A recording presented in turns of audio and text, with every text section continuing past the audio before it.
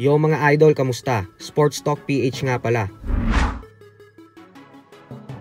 Ang posibleng laban, pag-usapan natin yan mga idol. Ngunit bago ang lahat ay huwag kakalimutang mag-subscribe at i-click ang notification bell button for more sports talk. So dahil nga po sa patuloy na mga matitinding performance na ipinapamalas ng current Unified Super Flyweight Champion Bam Rodriguez sa bawat laban niya, kagaya na lamang ng ginawa niyang pagtalo sa matibay na kampyon na si Fernando Martinez, ay ang siyang dahilan kung bakit nagsisimula ng lumakas ang demand galing sa mga fight fans na sana ay magtuos na sa isang mega showdown si Bam Rodriguez at ang current undisputed super bantamweight champion Japanese monster Naoya Inoue. Ito po ay dahil naniniwala ang mga fans na kayang magbigay ng magandang laban ni Rodriguez kontra sa binansagang halimaw ng Japan.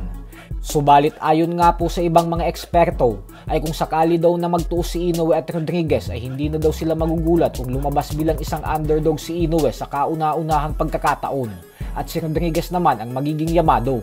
Ayon sa mga eksperto ay tandaan daw kasi natin na nagawang pabagsakin si Inoue ng isang fighter na hindi kilalang malakas sumuntok na si Ramon Cardenas. Kaya naman paano na lang daw kung isang knockout artist na kagaya kay Rodriguez ang makakatama ng malinis kay Inoue. Ayon naman kay Rodriguez ay pangarap niya daw talagang makalaban si Inoue balang araw at maging si Junto Nakatani. Ang dalawang Japanese champions daw na ito ang mga target niya. Pero hindi naman daw siya nagmamadali sa mga ito dahil dalawang division daw ang pagitan ng pinaglalabanan nila ngayon ni Inoue. Kaya kung dumating man daw ang panahon na magkasabay sila sa iisang division ay doon niya na daw talaga hahamunin si Inoue.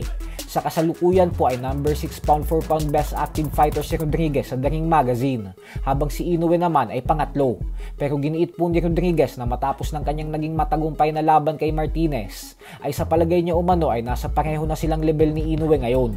At inaasahan niya daw na aakyat pa ang kanyang ranggo pag naglabas ulit ng panibagong updates ang The Ring Magazine pound for pound rankings. Sa kabilang banda naman mga idol ay hindi nga po natin maikakaila na ngayong si Devin Haney na ang bagong WBO welterweight champion nang dahil sa pagtalo niya kay Brian Norman Jr. ay hindi na po malabong magtuos si Haney at ang ating pambansang kamauman ni Pacquiao. Ito po ay dahil kasalukuyang pang-apat si Pacquiao sa WBO welterweight rankings. Pero ang mas matindi pong posibilidad na mangyari kaysa dyan ay ang posibilidad na magtuos si Pacquiao at Haney para sa isang unification fight. Mangyayari po yan kung sakaling si WBA champion Rolando Romero ang sunod na makalaban ni Pacquiao tapos manalo siya dito at sunod na labanan niya si Haney. Ito po ang pagkakataon ni Pacman na magawa ang bukod tanging isang bagay na hindi niya pa nakukuha sa sports ng boxing, ang maging isang unified world champion. Pagkakataon na sana ni Pacquiao dati noong laban nila ni Spence, kaso umatras si Spence nang dahil sa injury, kaya nawalan siya ng pagkakataon na maging unified champion. Ganun pa man ay posibilidad pa lamang po ang laban sa pagitan ni Pacquiao at Haney. Kung gugustuhin nilang magtuos ay pwede talaga itong gawin at maikasa agad. Pero ang totoo niyan ay malayo-layo pa po ito sa katotohanan sa kasalukuyan. At bagkus nananatili pa lamang itong posibilidad kagaya sa Bam Rodriguez versus Naoya Inoue. So hanggang dito na lang po muna tayo mga idol.